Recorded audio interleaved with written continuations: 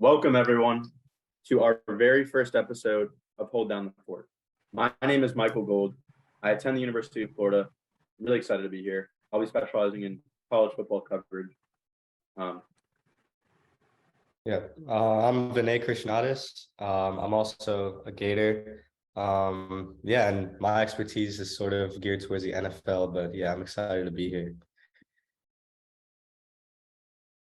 Sam, FGCU guy, big football dude.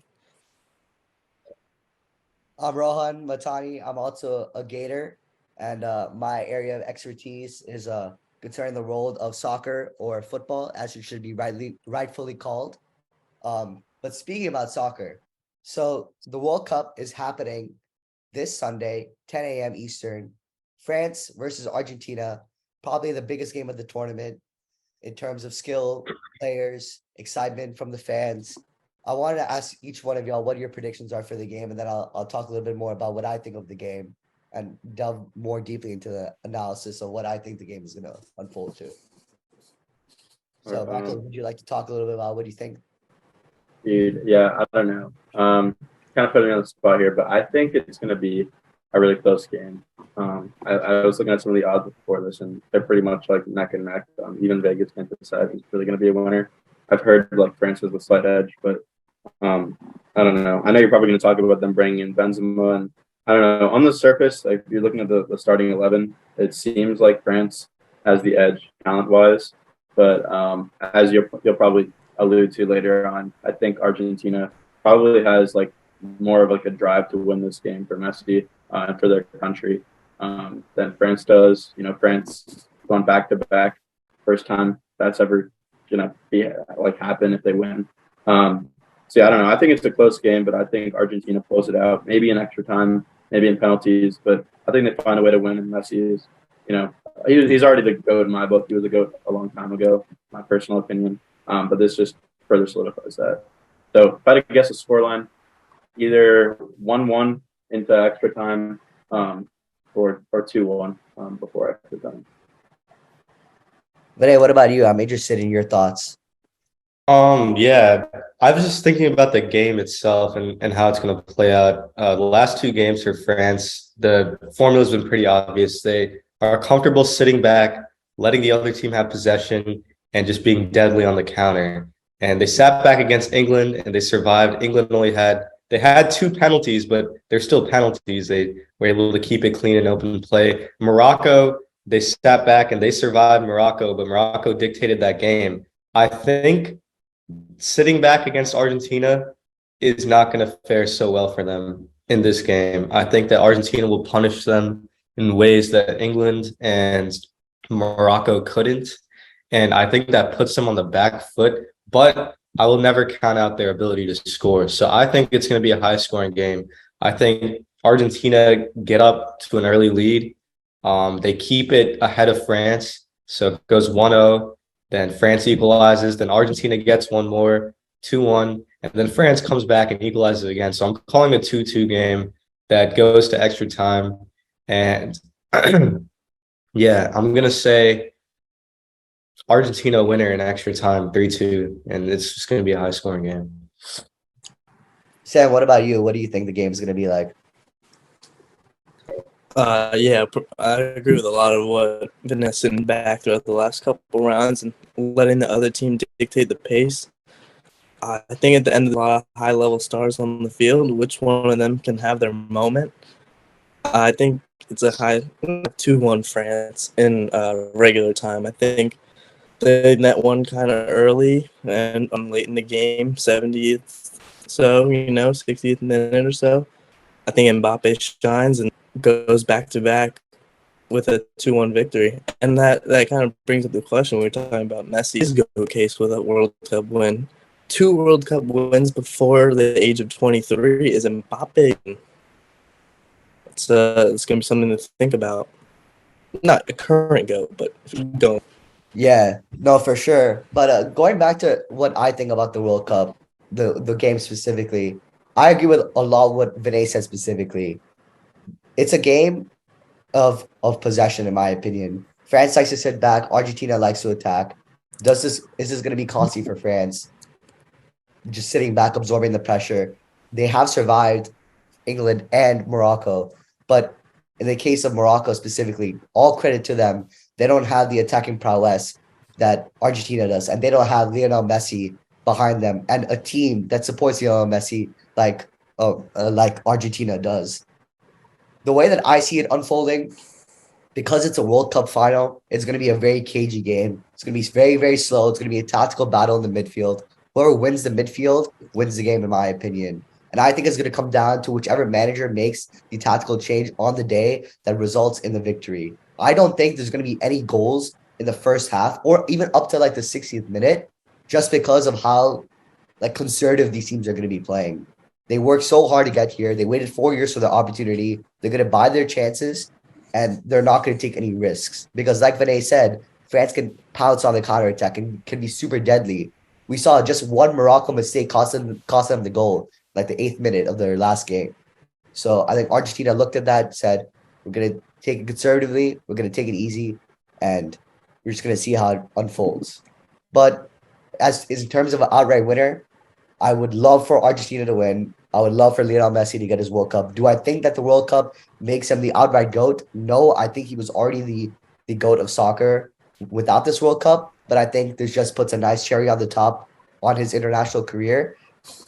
But I wouldn't be surprised if France pulls it through just because of the number of stars that they have.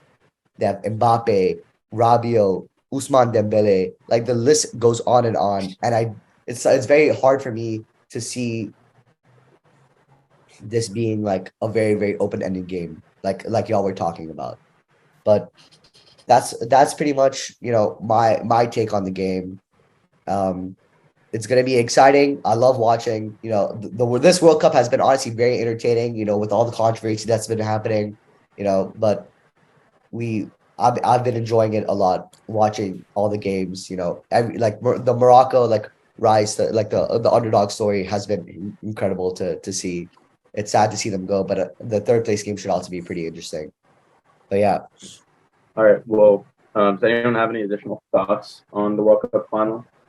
Well, I just want to touch on what Sam said. I thought it was interesting about Mbappe's, journey to where he stands. And when it's all said and done, if he wins 2 straight World Cups at the beginning of his career, and, with the talent of France, I think he's contending for every World Cup that he will play in for the rest of his career. So if he gets 2, who's to say he doesn't get more? And I think that a move to Real Madrid is on the horizon. And we know that Real Madrid, all they do is rake in Champions Leagues. Like, I find it very hard to believe that he won't win a Champions League at Madrid and at least won a couple titles. I think when it's all said and done, Mbappe wins this game. He really kind of lights the fire under Messi's standing a little bit, not a big one, but a small one, a little spark that might spark him to a similar trajectory that we see from Messi and Ronaldo. Yeah, I could also see this turning into a lot of MJ LeBron debates in some light, because it's okay, you won a championship, but you had Scottie Pippen and Dennis Rodman, or you won a championship and you had D Wade and Chris Bosh and Ray Allen. I don't know. I think the France team is probably more talented than Argentina's right now. They're starting 11, and obviously Mbappe is probably the most talented player on that on that roster, on that starting 11, if not one of the top players on that roster. So I could easily see a lot of the debates in the future being Messi won it for Argentina if he does win it with a less talented roster. But Mbappe won it in years where they had a way better supporting cast. I could see a lot of arguments like that, on the horizon. But I guess that all depends on how this game goes on Sunday. So we shall see. Got a lot of predictions in. Wait, Rohan, what's your final prediction? Did you say Argentina versus France? Yeah. So I said it's gonna be I think it's gonna be a 0-0 draw going into extra time. I know that's a bold prediction, but I just don't see Argentina taking many risks with France being so lethal on the counterattack. And I also don't see France holding the ball that much because they just allow teams to have the ball. So I think it's going to be 0-0 going into extra time. And if anything, I see an Argentina winner late. And I don't think this goes to penalty. So yeah, I think an Argentina winner in extra time, 1-0, when the Messi wins the World Cup. So we got 3 predictions for an Argentina extra time winner and 1 France in regular time. Yeah, I honestly think that's probably how it's going to have to play out. Like, I don't really think there's a very low chance Argentina wins in regular time without France like responding, just being super aggressive. But yeah, really interesting. We could probably do like a review of the game afterward, see how our predictions fared and schematically how the game was played out. But yeah. Any other thoughts on the game? If not, we can kind of shift focus. Also, I think we gotta look back at the France team was kind of banged up coming into the World Cup. Like Pogba, I mean, this team is set up for a long time with all their keep to contend. Every 4 years or so, they should be set up pretty nicely with guys going down pretty much constantly. They've had injuries and illness, and they still just keep playing. Ode to their talent. Yeah, I was actually talking to Vinay about it a few weeks ago. Like, these young players getting this World Cup experience is so valuable that when the time comes around for the next World Cup, when the new generation of players, rises, and when, these old guys like Rabiot, Benzema, Lloris, like when all these old guys leave and the new guys come in, they're already going to be ready. They're going to be ahead of the curve instead of someone like England's national team where the youngsters are not so involved. France is going to have that edge, and I think that's going to make them very, very competitive for the next maybe 4, 8, 12 years. That having that experience early doors is very valuable.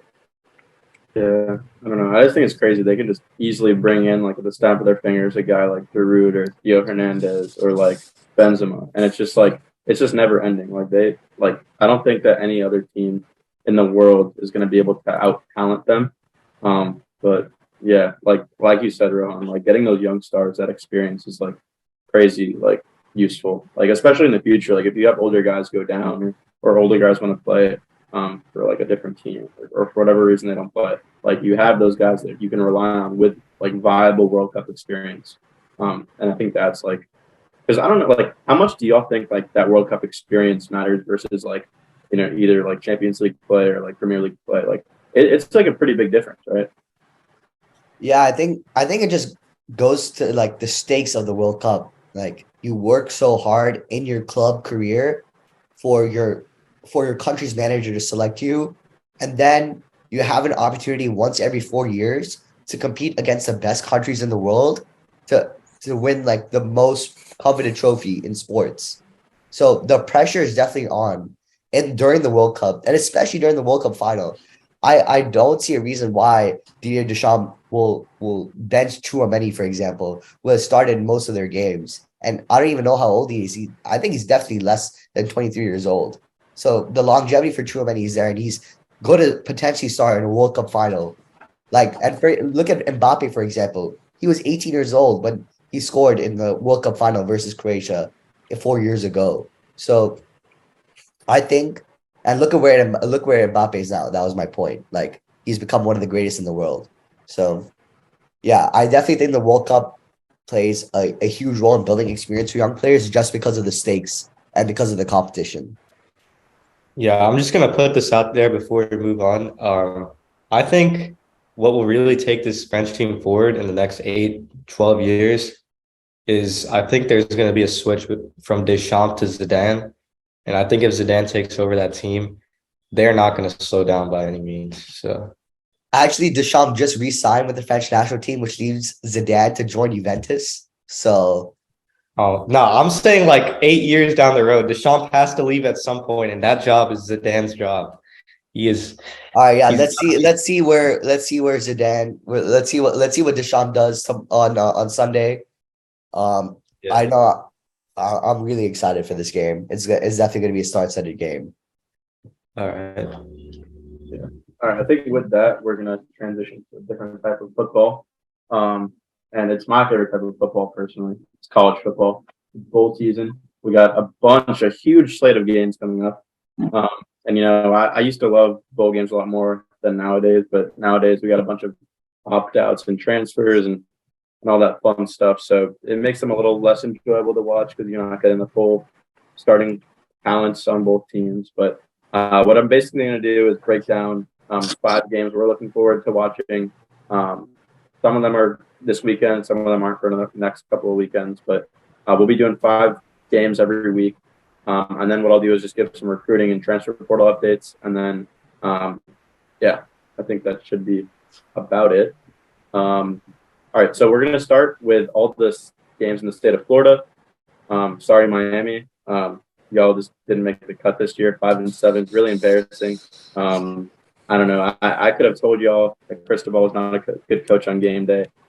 He's recruiting lights out. But that's for later in the pod. So talk about that later. But Miami, maybe next year. I don't know. So we'll start with the Las Vegas Bowl. The University of Florida Gators are taking on Oregon State. I'll start with the Gators. So a ton of opt-outs and transfers and things of that sort. So I guess the biggest one, Anthony Richardson opts out for the NFL draft. He's probably projected the 3rd or 4th best quarterback in the draft. I personally don't really like this QB class. I have some concerns with like almost every quarterback that's in this class, but that's a discussion for another time. As we know, Jalen Kitna was dismissed from the team. Lorenzo Lingard, he was like our 3rd or 4th string running back. He enters the portal, and now we only have 2 running backs on our roster, which is nice. I mean, they're both studs. I think next year we have the best running back duo in the entire country in Montreal Johnson and Trevor Etienne. But Trent Whittemore is in the portal. A bigger loss at wide receiver, in my opinion, is Justin Shorter. He was a starter.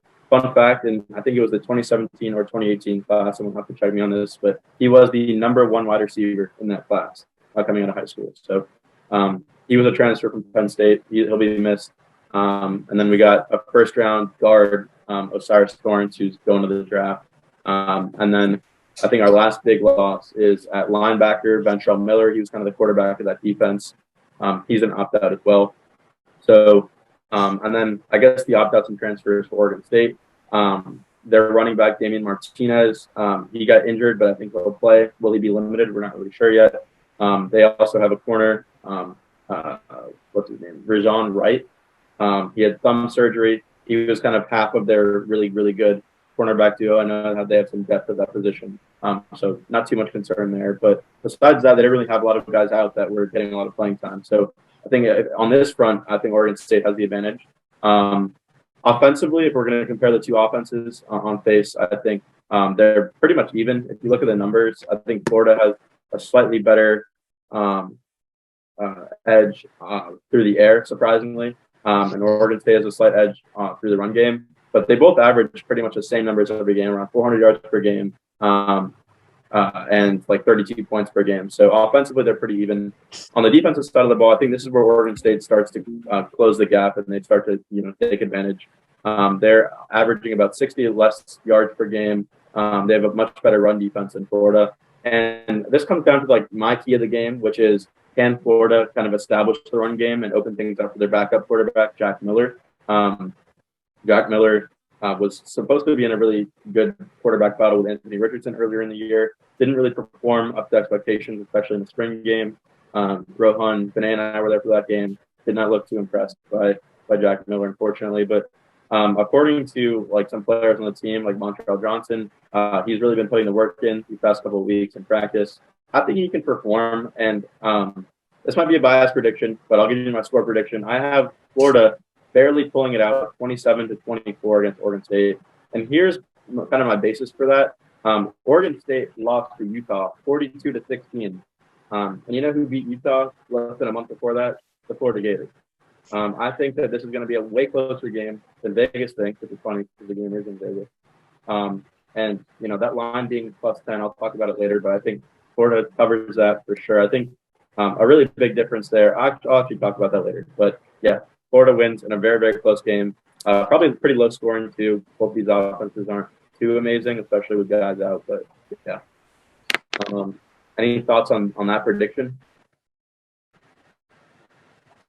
You bring Utah game. That was a long time ago. Both those teams played Utah. Neither team is in the state now that they were when they played Utah. I mean, UF is down basically every important player coming, virtually no receiving core with injuries and opt-outs, and obviously no AM Muck. But that Oregon State defense since that game, it's not talked about enough how college football defense is that Oregon State was in there. I've seen a lot of analysts say that they're a quarterback away. Recruiting news later, but with DJ Uiagalelei, I butchered that name, but his brother is a 5-10 Oregon State, I believe, is on the top list for him. So they're likely a package deal, get up nice for next year. But I would say that just considering all of the opt-outs and injuries, our back situation not being all that great against a good defense, I would take Oregon. I think they will cover the 10.5, but I would take them over the edge of for this game. Yeah, I mean, another thing you got to take into account is what conference is the team playing. Oregon State's in the Pac-12. Not so sure how good they are. I mean, I do think they've closed the gap. See, though, I mean, they slowed down offenses like Caleb Williams, the Heisman winner, stacked offense when Travis Dye was still healthy. I mean, they slowed down teams like that. Not that they won because the offense just Knicks and Oregon, and they slowed them down in the second half of that game. So, yeah, I don't know. I think if you look at the actual roster, Florida still has the advantage talent-wise over Oregon State. That's kind of like based on like their star rankings from people like that in sports, their team talent rankings. But I don't know. We can talk about that a little bit later. I want to get on to this next game, FSU versus Oklahoma. We got Sam, a pretty big FSU fan. He might like my prediction a little bit, but so the opt-outs and transfers for FSU. Winston Wright Jr., their wide receiver, he's been out since September, but he probably will not be playing in the game. He won't return. And then the only other opt-outs they really have are guys that weren't really, or not opt-outs, but who entered the transfer portal are guys on the defensive side of the ball who didn't really get much playing time anyway. So FSU really does have their full strength, I think, not really having too many injuries besides their wide receiver room. And then for Oklahoma, they got a lot of guys that are out. Their starting running back, Eric Gray, will be an opt-out. Their wide receiver, Theo Weiss. He only averaged really under just 202 catches a game, but he's in the portal. The big loss, though, is both in the trenches. So both of their starting tackles are going to be out. They're opt-outs for the draft. And then Oklahoma, sorry, I don't know why I'm thinking Ohio. But their defensive lineman, Jalen Redmond, will also be out. He had 4 sacks in the season, 2 tackles a game. Still like a decent contributor on that defense. So here's kind of how I break it down. I think even if Oklahoma's roster was at full strength, I still think FSU has the edge. They have the way better defense. Oklahoma's is historically bad. It's actually the 12th worst in the country, which was honestly really surprising to me because Brent Venables he was a previous defensive coordinator for Clemson. We know how good defensive mind. Yeah, exactly. I had no clue what happened in Oklahoma. If he loses this game, I think although it's only year one and he hasn't really had time to get his guys in there, we could be looking at a hot seat scenario. But yeah, FSU is pretty much giving up 100 less pass yards a game, 50 less rush yards a game. Their offensive numbers are almost identical. So I think the major key here is, can Oklahoma find a way to survive in the trenches with those 2 tackles out? I don't think they do. I think that they get smothered. And then also, can they contain Jordan Travis on the ground? I was at that game at FSU. Jordan Travis kind of took that Florida defense. He was just all over the field, making us look silly. But yeah, I don't think that happens. I think Florida State wins and covers. My score prediction will be Florida State 34, Oklahoma 24. Any thoughts there before I move on? Yeah, I mean, I don't know. Venables in year one hasn't really given me like a huge confidence boost in that Oklahoma team, like in terms of revamping them post Lincoln Riley. So I think that this is too much of a reach for them to beat FSU in this bowl game, considering how they've sort of underperformed defensively this season, which is what I was really looking to see with Venables being hired.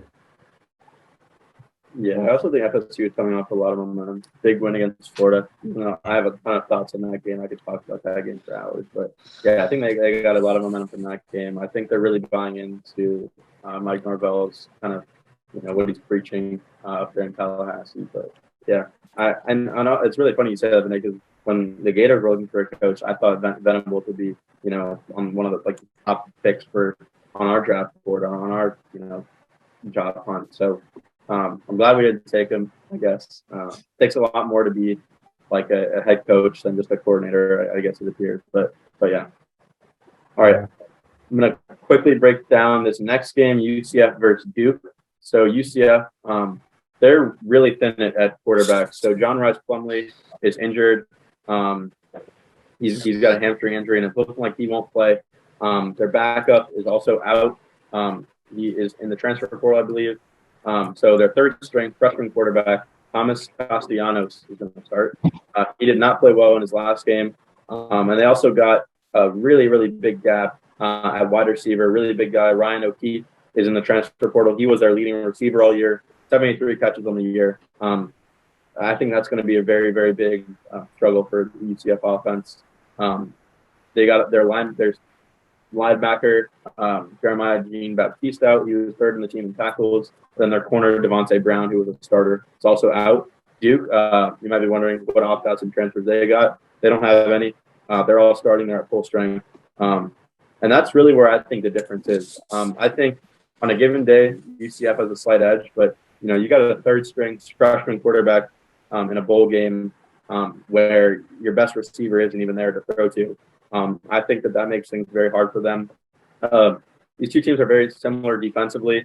Their numbers are pretty close. UCF also does average about 60 more yards per game, most of that coming in the run game. So I think the question really is, can UCF establish the run against Duke's defense, which also is slightly better against the run than UCF's defense? If Plumlee's out, what is Castellanos going to do? I think you have to establish the run, just like I said for the Florida game, kind of open things up for him, make things a lot easier for him to look downfield. If they can do that, I think UCF has a good shot. I think that Duke ends up kind of expecting the run a bit too much. UCF is going to have to be forced to throw the ball, which I don't think I have a lot of faith in that offense doing, especially with that number one wide receiver out for them. My final score prediction is Blue Devils win this one 31-28. It'll still be a close, cagey game, but I think that they find a way to win. Football school. All right, Sam, I know you had some thoughts on the game. Feel free to share. Yeah, Riley Leonard was one of the rising stars of the ACC this year, the young quarterback for Duke. I thought he rose and shone in that Wake Forest game, and he led them down the field late to put them up against, it's a solid Wake Forest team. They were very good early in the year, and they kind of fell off. But I think more importantly, how bad the UCF defense is, letting up way too many points to a 1-10 USF team. Got taken to the brink of being beat, really. With all the injuries on the UCF offense side, I can imagine that defense is going to be out there a lot, and I expect that Duke team to take advantage. I don't think their record reflects how well they played this year, really. Yeah, and as a Gator fan, I guess USF isn't the only team giving us trouble, or UCF isn't the only team USF is giving troubles to. So, I completely agree. I think Duke wins outright. They are favored, but yeah, I think they win. All right, the next game I'm going to cover is South Carolina versus Notre Dame. This game isn't until late December 30th, I believe. But this, for me, is probably one of the more interesting, if not the most interesting game out of all the bowl games. You got South Carolina coming off of two huge wins led by Spencer Rattler, Tennessee and Clemson. Back to back, those are just huge wins for that program, for Shane Beamer, which is also funny because those two teams will be playing each other in another bowl game we'll cover probably next week. And then you got Notre Dame coming off of a close loss to USC a couple weeks ago. But they've been pretty solid most of the year. I think that they're a very good team, both sides of the ball, especially defensively. I think they're a very solid unit. Marcus Freeman is doing a pretty good job in year one with them. Here's how I kind of see the game. So there's a ton of opt-outs and transfers. That's kind of the storyline for this game, in my opinion. So for South Carolina, the really good news is Spencer Rattler is going to be playing in the game.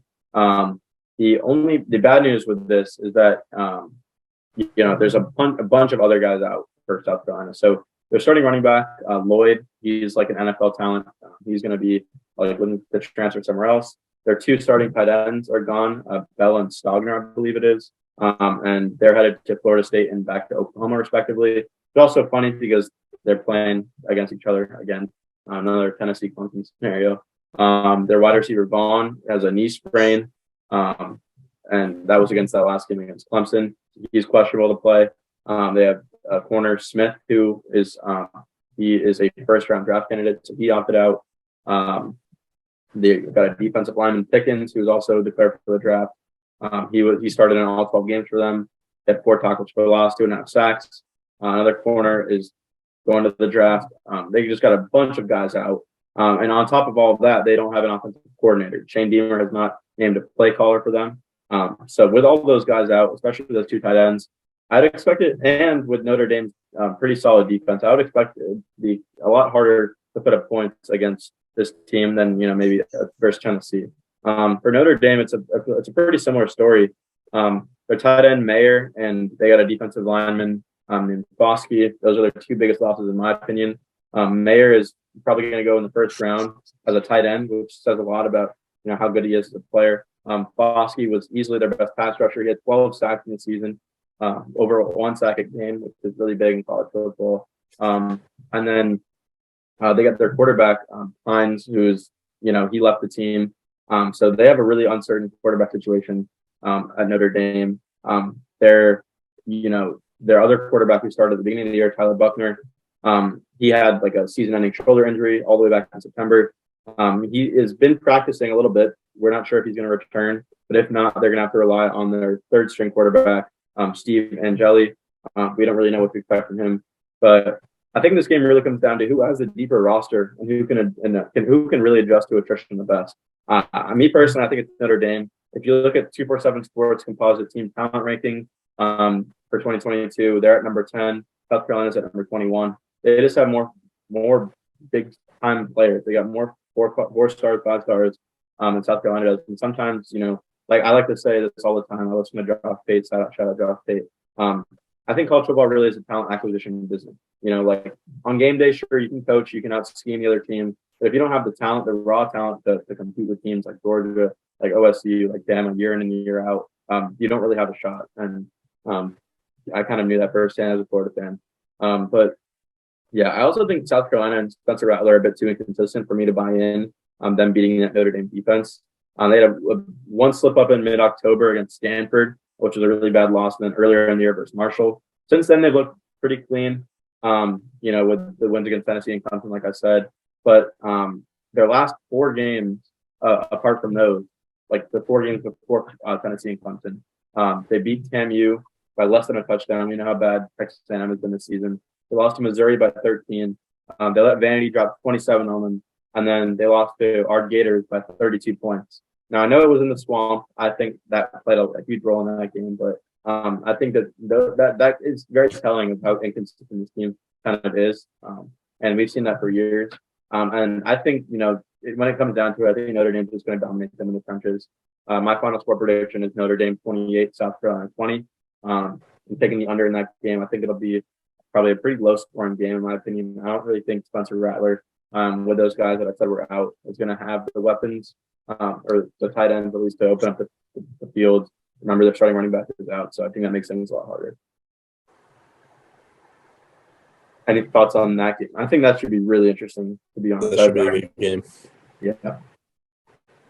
I could easily see either team breaking out and winning it like handedly, or it being a very close game. I really don't know what to expect. Which Spencer Rattler are we going to get? Are we going to get the last 2 games against Tennessee and Clemson? Or are we going to get the entire previous chunk of the season where he hasn't been that Heisman favorite hopeful that he was a few years ago coming into the season? We haven't really gotten that level of play except for these last 2 games. Yeah, I think that's a huge one as well.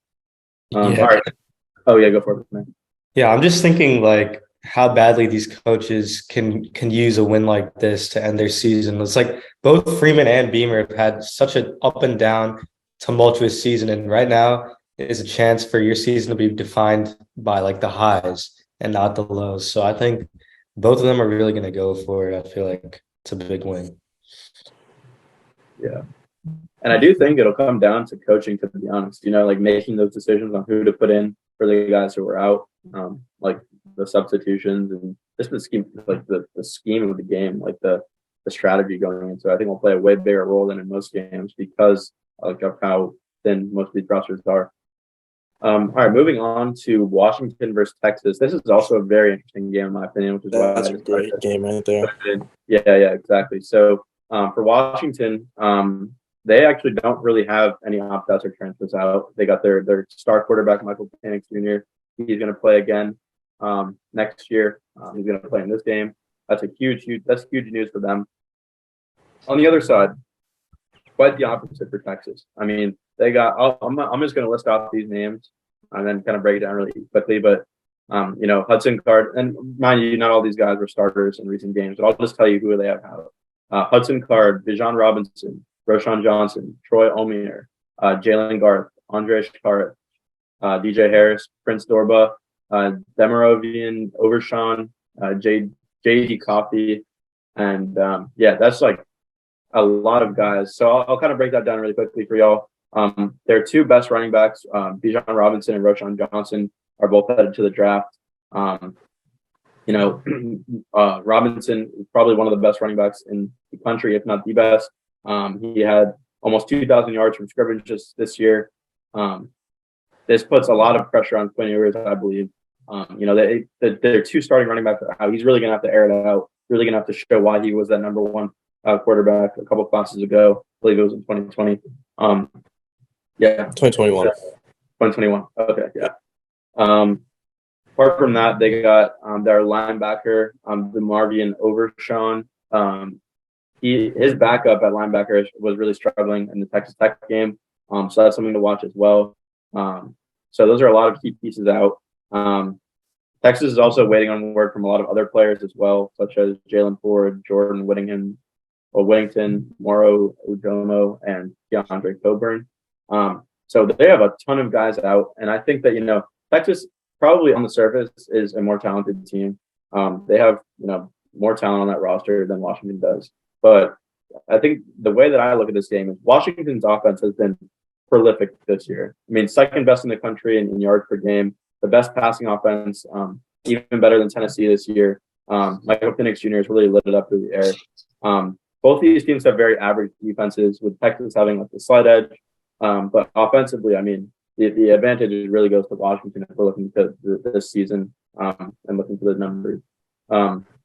So I think the real question that Texas needs to answer is, do they have true high-quality depth?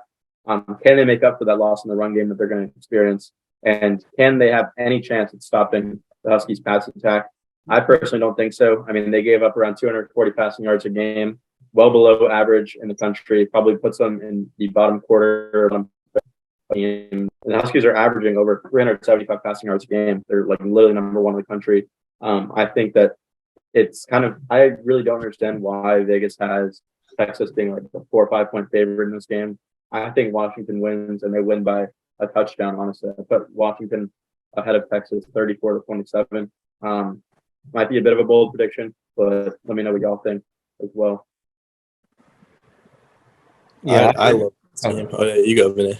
Oh, yeah. I was just going to say, from an NFL standpoint, I really like Penix from Washington. Like, I really think the guy is going to be a stud of an NFL draft prospect. The things he's done this year with Washington, kind of like the ceilings that he's hit in terms of where he's taken that offense. I'm excited to see him cement this season and with a big win over Texas. So I'm also looking for Washington to have a big game. Yeah, I love this game coming in. I think I'm insanely high on Quinn Ewers in Texas. I mean, let's not forget the guy reclassed. So, yes, he's the class of 2021, but he was the 17-year-old sitting behind C.J. Stroud last year and transferring over to Texas. Now he's 18, the age of a true freshman playing this year. I thought he looked amazing in the Alabama game before he got hurt, and I thought Texas would have won that game if he doesn't go down. The defense for Texas, we were saying, it's average. But, I mean, that Bama offense, I should say, hung a lot of points throughout the year, and they could not get past 20 against that Texas defense. Yes, it was in Texas, but, that still happened. So I think we get a Quinn Ewers masterclass, and he cements himself as one of the top quarterbacks in next year's draft, along with Caleb Williams, Drake May, and some others. Yeah, I don't know. On that point, I think I would also argue that, not only is Washington's offense pretty far ahead of where Bama's offense is this year. Bama's offense is kind of underperformed, but I also think that, like I said earlier, they're missing a lot of guys like on defense. I think they have four guys out confirmed right now, two at linebacker, one on the D line, and then a DB is out. And that's just the beginning. They could have more guys out. This game isn't for a while, I believe. So we will see. Should be a very interesting game. It's a big game for Steve Sarkisian too. Oh yeah, definitely. But yeah, we'll see. That's like probably one of the other more interesting games.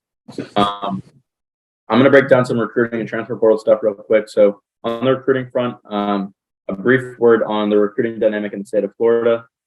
This is kind of inspired by Josh Pate, but I think that if we really want more parity in college football, teams in the state of Florida are going to have to keep their recruits in the state a lot more effectively.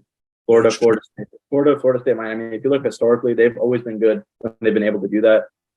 So much talent comes from South Florida and honestly the rest of Florida in general, but specifically South Florida. So I think that, that's starting to happen a bit more with Cristobal and Napier picking up, even Norvell here and there. But yeah, so I'm going to kind of talk about some recent commits. So Miami has been pretty hot on the trail. They just got Samson Pancake, as y'all might know, Okunlola. He was, a 5-star tackle that they just picked up yesterday. He was kind of expected to go there, especially, I'll talk about this a little bit later, but apparently he got a bag very recently in his recruitment. They also got Ruben Bain. So they moved to the number 3 class in 2023. They got 3 5-stars, which, by the way, despite having 3 5-stars, they still got a lower average recruit ranking than Florida, who sits at number 10. No depth in the class. Yeah, it's a pretty top-heavy class, I will say, but yeah, the problem I have with the way Miami's recruiting is that, recruiting's always been about money, but now it's legal and now it's way more transparent, easy for people to see that. But I think that the problem lies with the way Miami is kind of just handing out these huge checks to players. And I believe personally, this is my personal opinion, I think they're making promises that they're not going to be able to keep up with. If I had to make a prediction, I would say at least 1 to 2 of these 5-star guys that they got committed to them right now, who probably will end up signing with them. I don't think they'll be on Miami's roster come next year. 100%. Yeah, if you give it a year, I think that a guy like Francis Moagua, or I don't know how to say his last name, but they're both. It's like Rick's on the defense too. Well, Cormani McLean. Yes. Rick's is one of the transfers. I'll talk about Rick's in a second, but yeah, like I think that those guys, a lot of those guys have Florida number 2 right there, and I think it just came down to the bidding wars. But this is also a bigger problem with like the structure of college football. There needs to be some type of restriction and cap on how much can be spent on these guys. I think that really needs to change. It's kind of ruining following recruiting for me, at least. But yeah, I think that a lot of these guys are going to end up dipping once they're going to hit the portal of a year from today. So yeah. I'll also talk a little bit about Florida recruiting because we started with how important it is to keep those guys in state. Florida doing a bit of recruiting out of state. They are actually the only program in the country to have a 5-star quarterback committed in the 2023 class and 2024 class. They just recently picked up both Jaden Rashada in 2023 and more recently Derek Lagway 2024. Rashada's from California, Lagway's from Texas. Pretty impressive stuff on the trail. Really, really good depth they're building at quarterback there, which will probably be needed, especially because we're pretty thin right now. We also got Mark Fletcher, who's a really, really good running back. I think he's got Florida at the top of his list right now. And then I'll talk about Desmond Ricks in a bit. He might be coming to Florida. So very quickly, some upcoming commitments. So Desmond Ricks, he's the corner who reclassified from 2024, which is crazy because he's still probably a top 3 corner in this class. Super impressive in my opinion. Right now, in my opinion, it's a race between LSU, Bama, and Florida than everyone else. I think LSU is leading that recruitment right now pretty handily. I think I would probably, if I had to place a prediction today, it's a 7 out of 10 confidence crystal ball for LSU. This next guy I'm really excited about. I've probably mentioned his name to Rohan and Vinay like at least 10 times. Nicholas Arbor. He is a very, very talented high school player out of Washington, D.C. The guy is, I believe it's 225, and he's 6'5". He can honestly play anywhere on the field, like whether it be tight end or edge. They haven't listed an edge right now, But the reason you're going to want to remember him is because this guy is an athlete like I have never seen before in my entire life of watching sports. This guy has certified speed. He's a track star. He ran a 10:28 100-meter dash, a 20:79 200-meter dash. I mean, this thing, like if you've ever seen videos of him online, he's so much bigger than all these other guys, and he's just outpacing them like crazy. It's ridiculous. So he's going to be a name you definitely want to remember. If he stays with football, which I hope he does because that'd be so fun to watch, he's going to be a star, whatever school he commits to, whatever NFL team he gets in. Yeah, I think as for a prediction, I think he stays in the Big Ten. Like I said, he's from Washington, D.C. Maryland is at the top of his commitment, or at the top of his recruitment. So is Michigan. I honestly only put a 1 out of 10 confidence for Maryland right now. His recruitment has been really interesting to watch because he hasn't really said a lot of information about which schools he prefers. So that's really up in the air right now. I know some SEC schools like Bama are trying to get in there late, but we will see. And then the last recruitment that I will follow or give an update with y'all is these 2 5-star D linemen from Carver High School in Montgomery, Alabama, James Smith and Qua Rusaw. They've been known to kind of be a package deal, and it's honestly so crazy to me that a high school roster can have 2 5-stars in their defensive line. Like, I mean, if I'm like an O lineman who's studying like Algebra 1 and I got to play these 2 guys later in the day, like I don't know what I'm doing, man. Like I'm probably skipping school that day, and I don't know, dude. But I think that they got some crystal balls recently to Alabama. I think that those are pretty justified. I think Alabama and Nick Saban keep them in state. I got an 8 out of 10 confidence rating for them both to go to Bama. But yeah, that's a huge get for Bama if they can close that recruitment and get those guys to commit. And then lastly, I wanted to very briefly cover some transfer portal stuff. So some recent good gets. So FSU got Jaheim Bell, running back from South Carolina. I was very pleased with that. Yeah. Pitt just got Donovan McMillan, safety coming from Florida. He didn't get too many snaps this year, but he's very, very talented. He's a very solid 4-star who will probably be a plug and play at Pitt. UCF gets Christian Leary from Bama, really good wide receiver, I think. And in a similar light, Oregon just got Trayshawn Holden from Alabama, another wide receiver. Bama's, has a lot of guys that have transferred thus far, but I think that they got a lot of they just rebuild and reload, so it's not that big of a deal. As far as the biggest targets kind of on the transfer portal market right now, we got Devin Leary from NC State. He's probably the highest rated prospect in the transfer portal right now. An NFL caliber guy. It's just injuries have derailed him, but that's an NFL caliber quarterback right there. Yeah, me personally, I think I have some doubts about him as a quarterback. He's not too much of a dual threat with his legs. Like you said, that pec injury, we're not really sure how he's going to recover from that. And I also think that he kind of underperformed even prior to that injury in 2022. He only played, in my opinion, 3 formidable opponents in Texas Tech, Clemson, and FSU.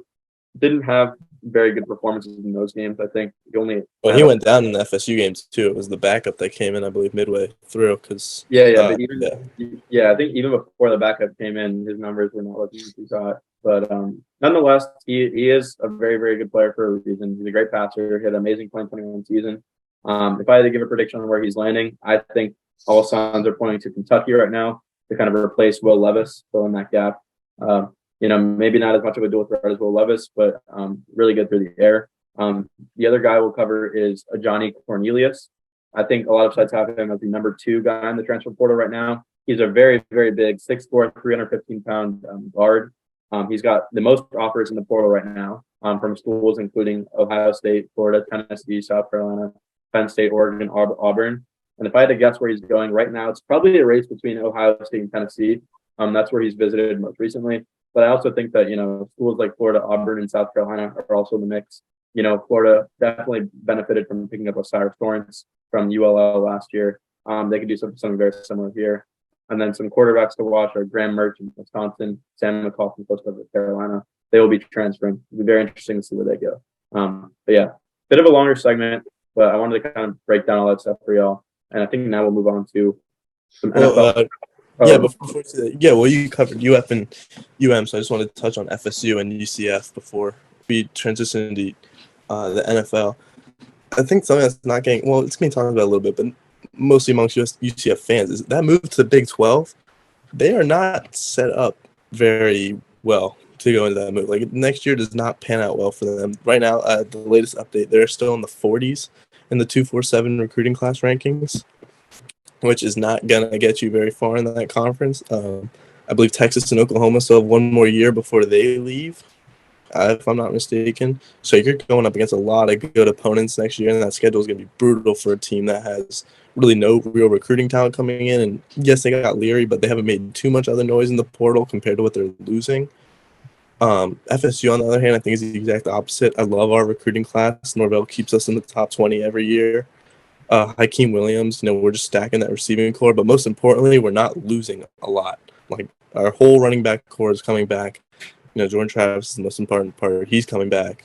We're losing Verse on the defensive end, which hurts, but we'll make do. So I love where FSU's poised, and we've got a lot. Like we have a deep class coming in. We only have the 1 5-star, but I love our class coming in, and I'm high hopes for next year. Yeah, on that point about UCF, I think if there is any team in the Power 5 or in the non-Power 5 who's got a coach that can go to the Power 5, I think it's UCF though. They still got Gus Malzahn down there. He's a good Bama. coach. Yeah, he's beaten Bama his fair share of times. He knows how to recruit in the Power 5. I think that he can get them to where they need to be. But like you said, I think right now they're not positioned too well, which will be nice for me because I still hear a lot of smack talk from UCF fans. So I hear way too much for a team that did not perform. Ago with a bunch of our guys out. I could talk about that for a while, but that'll be interesting to see that transition for sure. And I think on one of the future episodes, we can definitely talk about, the playoff expansion and things of that sort. But really interesting stuff. Vinay, you want to kind of get started on some NFL stuff, some professional football, the guys that are getting paid the big bucks? Yeah. That's sort of my area of expertise. I've been following it pretty closely for a while. But yeah, we have a few games that we've spotlighted for the week to look out for. Number 1, Bengals and Bucks.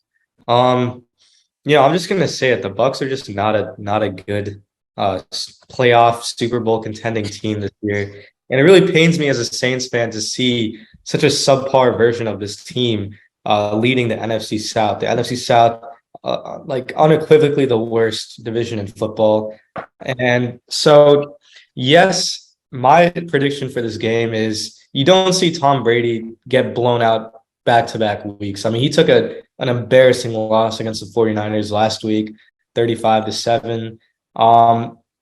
The only thing that gives me any sort of hope for the Bucks to, cover and make this game close is the fact that they do have Tom Brady, and very rarely do we see him sustain back-to-back huge losses, and just because of the guy he is and sort of the competitive fire that he has. That being said, when it comes to competitive fire, Joe Burrow cannot be questioned. I think the Bengals are hot.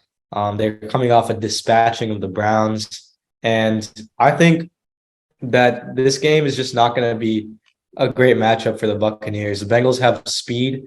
I like to think back to a few years ago when Tyreek Hill torched the Bucs for almost 200. I think it was over 200 yards. I mean, speed is really their weakness on that defensive front. And they're an aging defense with Todd Bowles at the helm. I just don't like the direction that the Bucs are going in. I do think that this is going to bring out a closer game than expected just because of the fact that they have Tom Brady, and that I do think that this is a must win because the Bucs at 6-7, they have kept, it is so sad, they've kept the Falcons, who are literally in a rebuilding sort of quarterback switching mode, and the Panthers, who, have just been all over the place. They've kept those two teams in the race for the NFC South. And dare I say, the Saints 2 games back, they beat the Falcons, they leapfrogged the Falcons, and now they're sort of in the race. So the Buccaneers need this win. They can't keep affording to drop games, which is why you're gonna see sort of kind of a must-win playoff intensity about this team when they host the Bengals. I think that home game, they're going to need some atmosphere to fall in their favor. But, I think Joe Burrow gets it done in the end. I just don't think the Bengals defense is nothing to laugh at. And we've seen what Brady has done against good defenses, next to nothing. So, I think Todd Bowles schemes a decent game plan, but this game breaks wide open in the fourth and the Bengals pull away, win by multiple touchdowns. That's my prediction. Now on to the Cowboys and Jags. There's been a lot of talk about an upset alert for the Cowboys.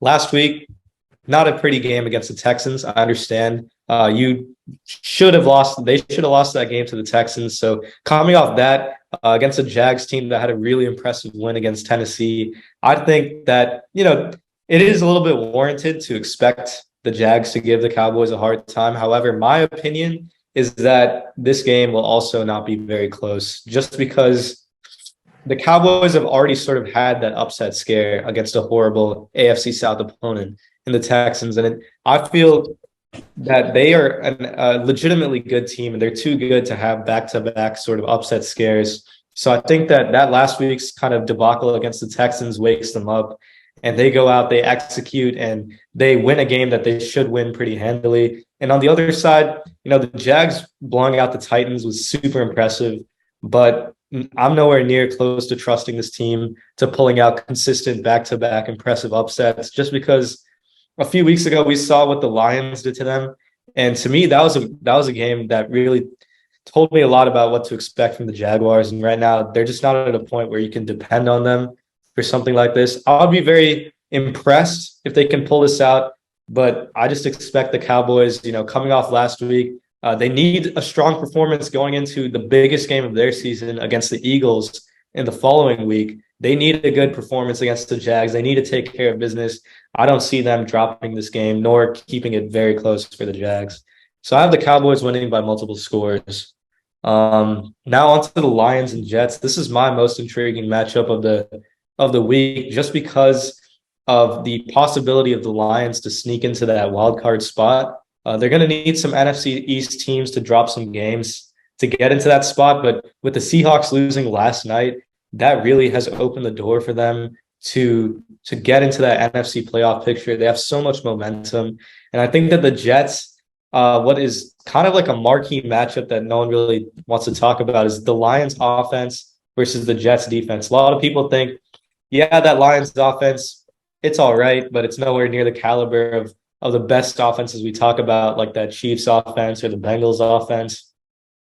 But I think they're really quite up there just with how Dan Campbell has them rolling right now. I mean, you got Jameson Williams back. Chark is playing like a solid number one receiver these past few weeks. St. Brown looking like the best slot receiver / between the numbers threat in the NFL right now, like one of the best. And I just think that two-headed monster up front, and their offensive line is formidable. I like that unit a lot in Detroit. I like them a lot coming into the season. Very disappointed in how they started, but this is sort of what I saw them doing at the beginning of the season. So I think that offense matched up against the Jets defense is the marquee matchup of the week, because that Jets defense is so good. However, I also it just depends on Mike White's health, in my opinion, if the Jets have a chance in this game, because otherwise I think the Lions pull it out. Mike White, if he's healthy, he's 100%. I do think that there are weaknesses to be exposed in that Lions defense. They're not really near where they need to be the full, well-rounded offense and defensive unit. But where things are currently positioned, I like that Lions offense right now. I think that it stays under 40 points. I mean, under like 45 total points. I think it's a low-scoring game, but just with the momentum that the Lions have, and Mike White's kind of been banged up last week, coming off a tough offensive output. I like the Lions in a really close game. And Zach Wilson was confirmed to be starting for this game. Okay, yeah. Zach Wilson, I mean, we'll see. This is his chance to prove himself, but I just think with the momentum the Lions have and that offense just being so explosive lately, and the Jets sort of reeling from these injuries and from some tough games that they've had to endure, I like the Lions in a sort of close kind of upset there. I personally don't think Zach Wilson gets it done. I mean, like we saw him in like previous games he played and it didn't look good. But I've always had doubts about him even in college. I think like you play for a team like BYU, you don't have a lot of competition. Things are always look good for you. You got a nice O-line to sit behind. You got some decent receivers, but like I don't know. I never really thought that he would transfer to the NFL super well. That's not to say he's a terrible quarterback, but I just think that I don't know. I don't have a lot of faith in him developing as a consistent starter for any NFL roster. Yeah, I think certainly the game plan with him is going to be it's going to be at par, if not a lot more limited than what the game plan is with Mike White. I think they bring him in there and they don't give him the full reins. They say, operate at kind of a bare minimum, be a little bit conservative. So I think we see a more conservative version of the Jets offense than we've seen with Mike White, especially because Zach Wilson's coming back under all this pressure with the leash being so thin. I just like the Lions here. They certainly have a lot more to play for, in my opinion, because the Jets' chances of making the playoffs are very slim. They have one of the hardest schedules towards the end of the year. The Lions have some daylight to get in the playoffs, so I think they ride that and they win. For the sake of Dolphins fans, we need a Jets loss as well because this weekend doesn't look too bright. Oh yeah. I can talk about my thoughts on that game too. I guess I'll go into that game real quick. For me, the most intriguing part of this game, a lot of people are talking about, this is make or break for Tua. This is where we can see what he's really made of. But what I'm really focusing on for this game, I've always been a huge fan of the Kyle Shanahan coaching tree, which is why as soon as you guys hired Mike McDaniel, I wanted the Saints to get a guy from that coaching tree to replace the prowess of Sean Payton. But I just really like Mike McDaniel coming into the year. I think we've seen where he's capable of taking that offense. But this game is going to be an indictment on Mike McDaniel in terms of how far and how legit of a coach he is. Because we've seen these last 2 weeks, it seems like his offense has been figured out a little bit. I mean, he's gone up against the Niners. They kind of figured it out, stifled that offense. And then the Chargers the following week, not as good in terms of personnel, but you're going up against Brandon Staley, who's a defensive guy. So he's the one creating that game plan. And it seemed like he also had that offense figured out. I mean, Tua with a bad game, but I think it was more schematic of a win from the Chargers. So I'm interested to see, coming off 2 weeks where it seems like that offense has been figured out and sort of stifled a lot more than recent weeks, can Mike McDaniel right the ship, coach around the deficiencies that they have, and go into Buffalo against McDermott and pull out a win in Buffalo. I think that would cement him as a force to come in the AFC East for years to come if he can pull that off.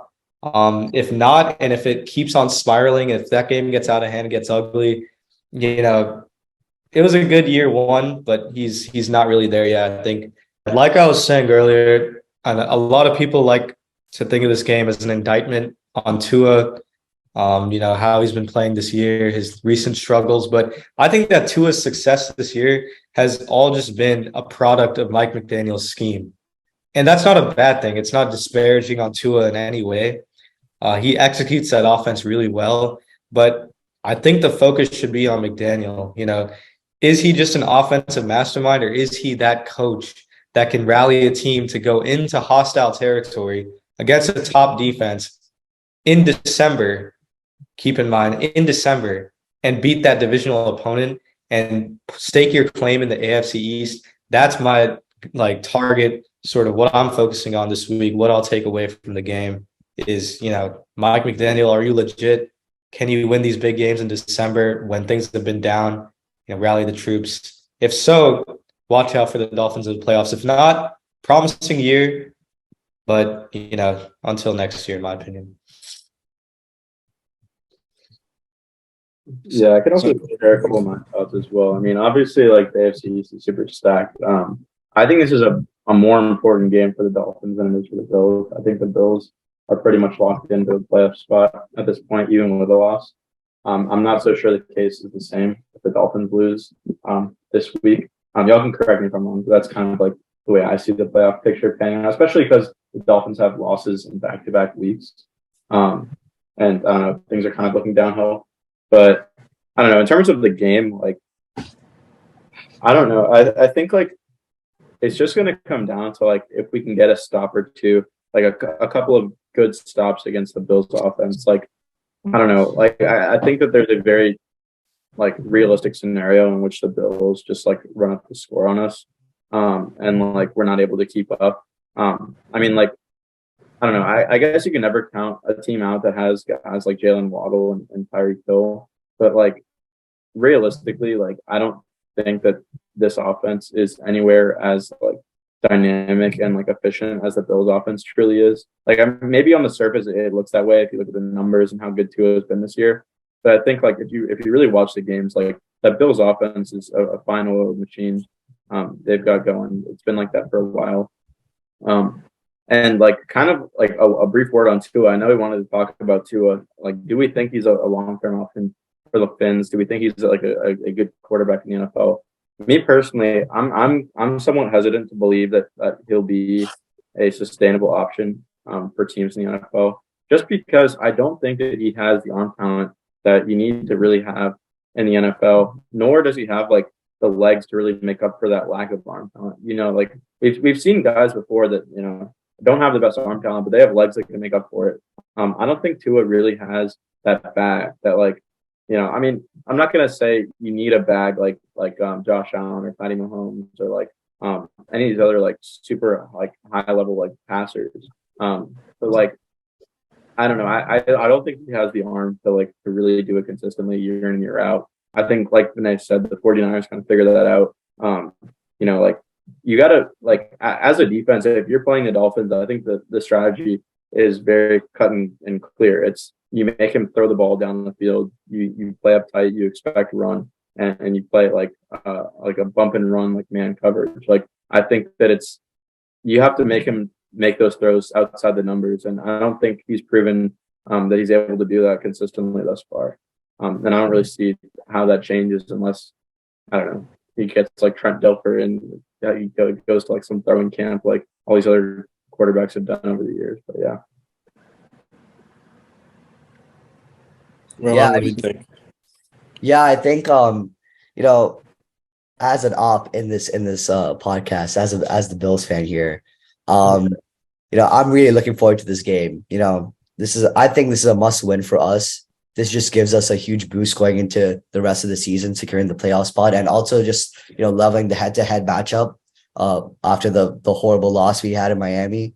But I am kind of nervous. Honestly, we have seen that Josh Allen can kind of throw away games. Key examples against the Vikings. He has been as clutch as we would like in the red zone with his picks in the red zone. But I do think that that we will beat the Dolphins. My prediction: the Dolphins will freeze in Buffalo. It's going to be 28 degrees. The Dolphins are not ready for the Bills Mafia to show up in Buffalo. I think it's going to be a close one, but I think, like Vinay said, the Bills are just going to run up the score in the third and fourth quarter, and it'll be a conclusive win for the Bills. Yeah, I got a lot to say about this one. As an extremely passionate Dolphins fan, I think when we take a step back and look at this is a must-win for both teams because both teams have different aspirations of what they want to do. Bills are playing for the 1 seed right now. They are tied with the Chiefs, and because they have the head-to-head, they're the 1 seed. And the Dolphins are still vying for a divisional. The Dolphins want to win the division and make the playoffs, of course. So a win here would put us, an overlooked thing is that the Dolphins only have one divisional loss. The Bills have 2. So another Dolphins win over the Bills would give us a much better divisional record than the Bills. And the Bills play the Bengals upcoming. And I don't think they're going to win that game the way Josh Allen's playing right now. I think the Bengals are on fire.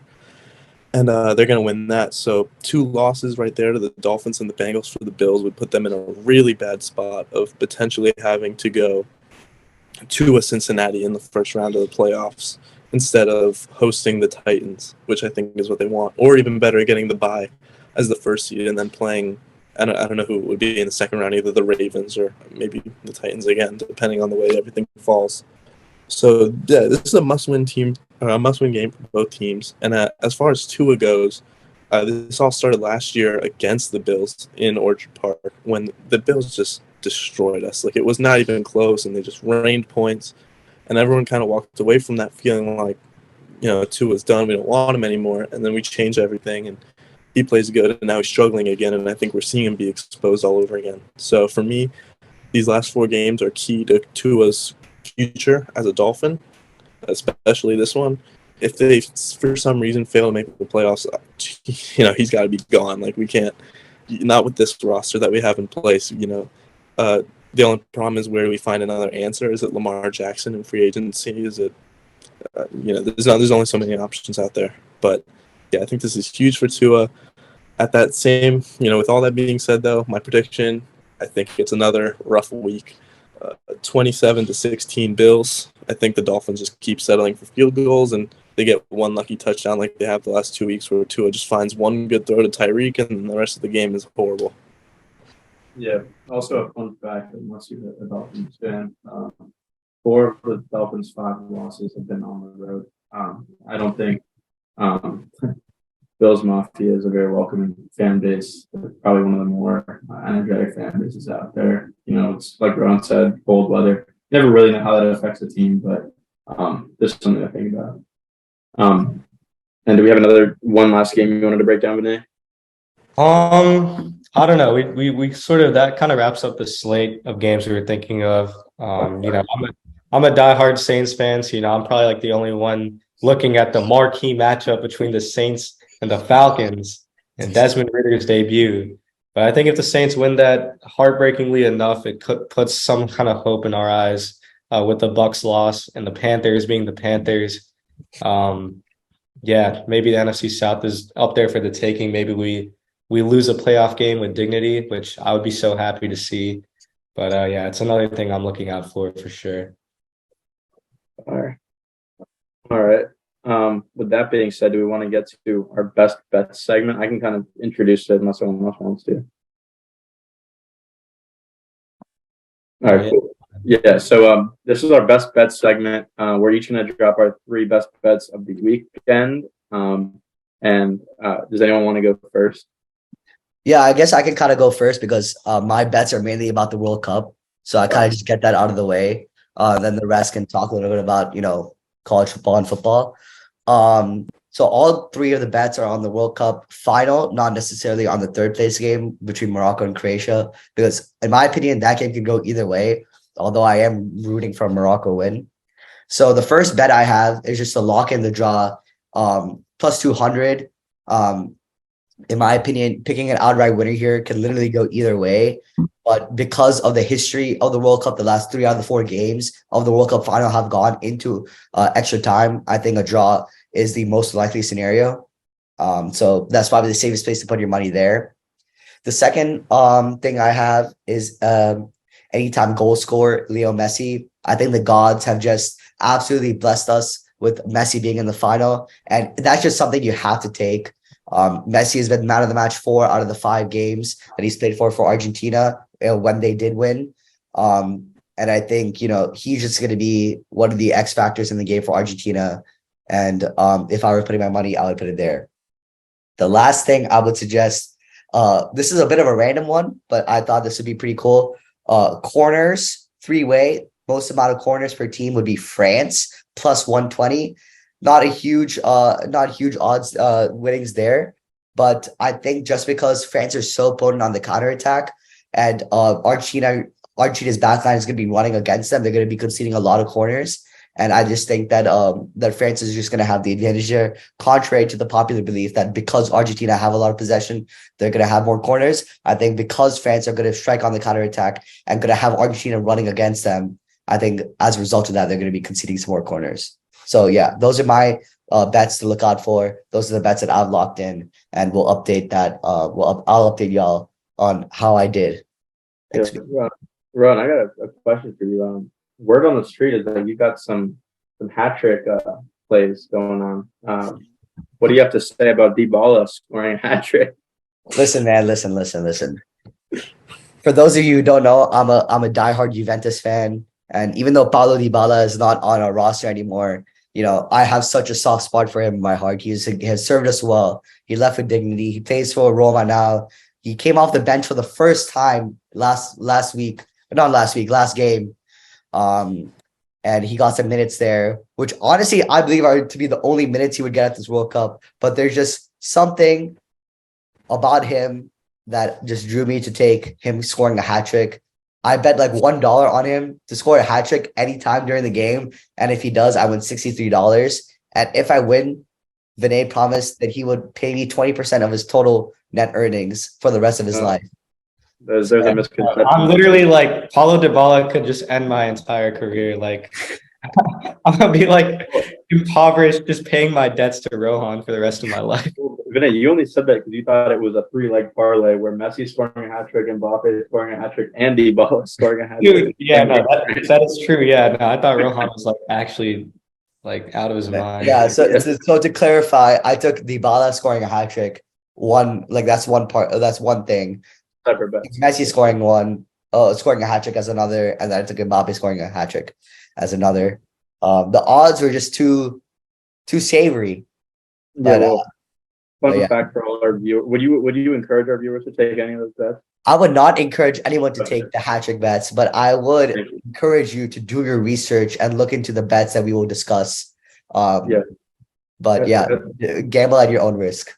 It's a W take in my opinion. Especially since the only hat trick ever in a World Cup final was in 1966. My dad was barely conceived then, but barely. Yeah. Okay. Well, yeah. Anyway, all right. I guess I can go next on my best bets. These will be college football. So one game I really like is one bet I really like is Boise State to cover. It's a 10.5 point spread against North Texas, which on the surface seems kind of hefty. But when you look at the matchup, North Texas. Both these teams are coming off of losses in their conference championships. Remember, they're both, FCS teams. But North Texas, following that loss, just fired their head coach, which I think is a pretty big loss. They're going to have an interim head coach coaching that game. So we don't really know what to expect. Sam, not to take a shot at FSU, but, when Florida had their interim head coach, things played out pretty well for us last year. But that's beside the point. The Broncos also have the significant edge on their D-line. And a way bigger edge at quarterback. I think that makes a difference. So with all those factors, I take Boise State to cover that 10.5 point spread. Like I kind of alluded to earlier, another bet I'm personally taking, which might be a bit of bias involved, but I'm taking Florida to cover a 10 or 10.5 point spread. I think it's 10 on most sites, but like I said before, Gator players have come out and said Jack Miller is really prepared for this game, like they haven't seen him prepare before. I think their defense is. Even if Oregon State has a more efficient defense, we have to remember they're playing in the Pac-12. I think that the Gator defense is more talented, even despite some attrition from Ventrell Miller. And on that note, I think the Florida defense looked very competent without him in the first half against FSU. Maybe not very competent, but looked just as competent as they did in the second half, if not more competent without him. That's not to say Ventrell Miller makes the team any worse. I think he'd be a really, really good player to have for us, but I think that we have some talented young talent on that defensive side of the ball. And lastly, I think the really big thing is this isn't a Mullen-led team, right? When we played in our bowl game against Oklahoma or UCF, Mullen was already pretty much bought out at that point. And when you have a coach that's bought out because he didn't get his NFL job, and he doesn't really care about the rest of the season following a close loss at Alabama. That really shifts the focus and drive of the players in the team as well. I think for Napier, it's a completely different story. He's in year one. The culture is super strong there, and I think he's going to motivate that team to put up a fight. So even if they don't win, I think that this will be a closer game than most people expect. The last best bet that I have to present to y'all for this first podcast ever is Incarnate Ward. I'm not sure if any of y'all have ever heard of him. No way. It is Incarnate Ward, man. I was literally gonna say Incarnate Ward against NDSU, bro. They are dude, yeah, that's my best bet. So I'm taking them to cover versus NDSU. Like Vinay probably knows, they got Lindsey Scott Jr. He's their senior quarterback. He's quietly had probably one of the best seasons in the entire country, despite being an FCS team.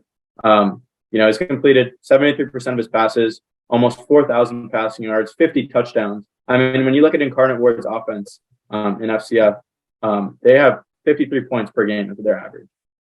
That's ridiculous in my opinion. And I know North Dakota State's defense is, the second best in FCS, but I'm the type of person where I will take a high-powered offense, especially at the FCS level, over a high-powered defense. Especially when you have a good, amazing quarterback play, anything can happen. I also think North Dakota State's offense struggled a lot until the late second quarter for Samford a week or two ago. Then I also think that their offense is a bit weakened by the loss of their starting running back, Tamarick Williams, who got injured versus Samford. So overall, I think Incarnate Word and especially Lindsey Scott Jr. keeps them in this game, keeps it within 9 points. And yeah, I'm personally taking that bet myself as well. I'm taking all these bets myself, but that one especially, I like that bet. Yep. I guess I can go next. So my first bet is the third place game. I think it's overlooked by many in the World Cup, but I think it's also being overlooked by the odds makers because Croatia being the underdog, plus 130 to win that game. I think that's a good bet. I think that they're such a focused team. And I think Morocco come off so many highs and lows. I think Croatia kind of dispatches them, unfortunately, because, I like the story of Morocco. I think that's a good bet to take at plus 130. I also have the Steelers. How they're not favored against the Panthers. I mean, great win by the Panthers last week against the Seahawks, but plus 125 Steelers over the Panthers money line. I would say take that. Carolina Panthers, they do nothing but let you down. I think that they're good. As a Saints fan, I've gotten over being worried about the Carolina Panthers being a contender in any sort of right. Whenever they're one game back of the NFC South lead, you think they're going to make a real push, get serious, play some solid football. Usually it turns out the opposite. So, I'm taking the Steelers to win that game, money line. I'm surprised the Panthers are favored. Like Michael said, Incarnate Word, I just think they don't let you down. I've taken them, as kind of like a joke addition to my parlays, but they always turn out to be the one of four legs that actually hit. So then I see that trend. I put my faith in Incarnate Ward. Michael made some great points that just further solidifies, but nothing better than the fact that their name is just so unique, and they've been pretty reliable for me. So one thing you'll see from me is when it comes to betting, I always ride the reliable teams, no matter how weird their names sound. Yeah, and then, I could easily see that being our podcast, good go-to, yeah. Dude, if they Incarnate Ward, yeah, you gotta add it on. Yeah, and I got a draw in regulation, France, Argentina. I just think this game goes to extra time. The drama, what a way to wrap up a dramatic World Cup than with an extra time final. And that's listed as plus 200. And then, I have to add the Gators to cover to that parlay because, this is our year. Yeah. A lot of similar best bets. I mean, Rowan had that game being a draw. I had Incarnate Word to cover. I had Florida to cover. So those are probably the ones that y'all, if you are placing any bets, look no further. But Sam, you want to close it off with your best bets? Yeah. So strictly NFL here for this one. I do not have any CF college football plays for this weekend, and I'm probably not going to touch the World Cup Sunday. Cowboys -4 against the Jags. That is -110.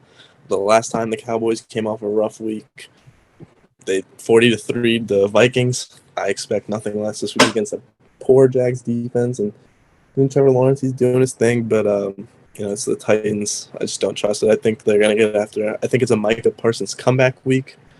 He's talking a lot of smack. I think he's going to get after Lawrence, and the Cowboys will recover. I think that they can definitely cover -4. Next, I don't enjoy taking this bet, but the odds are very good. Patriots money line at plus 110. It was last time I checked, it was plus 110. They play the Raiders, and the Raiders are just flat out frauds. It does not get more fraudulent than the Las Vegas Raiders. No Darren Waller, no Renfro, horrible defense. McDaniel's coming from that Belichick coaching tree. Mac Jones hasn't been great, but I trust them with a fairly healthy roster to take advantage of those fraudulent Raiders who just find a way to lose every time. Let Baker Mayfield off of 2 days, signing, come in and go 98 yards to win the game is pathetic. I think the Patriots come in and they played solid against, a depleted Cardinals team. So I think they come in. I do think they do their thing. And, as a Dolphins fan, I would like to see them lose. But the odds are, too good on that Patriots money line. Lastly, Bengals -3.5, -110. This is a ridiculous line in my opinion. I get it. It's in Tampa Bay, but they just got, Tampa has nothing going for them. We all just say Brady, Brady, Brady, they'll fix it. I believe in Brady more than I should, but 3.5 is a godsend. I think the Bengals cover that with ease, and it's another tough week for the Buccaneers offense. So, yeah, I would string those 3 plays together. I like the way that looks. I'm going to be doing that this Sunday. I will be throwing those 3 together. Those are locks right there, in my opinion. I think all these are locks. And with that being said, that's going to wrap up our first episode from Hold Down the Fort. It's been a pleasure. A bit of a longer episode. We might work on changing some of that stuff. I'm probably to blame for most of that. But, it's been fun. And, I hope to see you all in future weeks. Peace out. All right. Take care, guys. Thank you. Yep.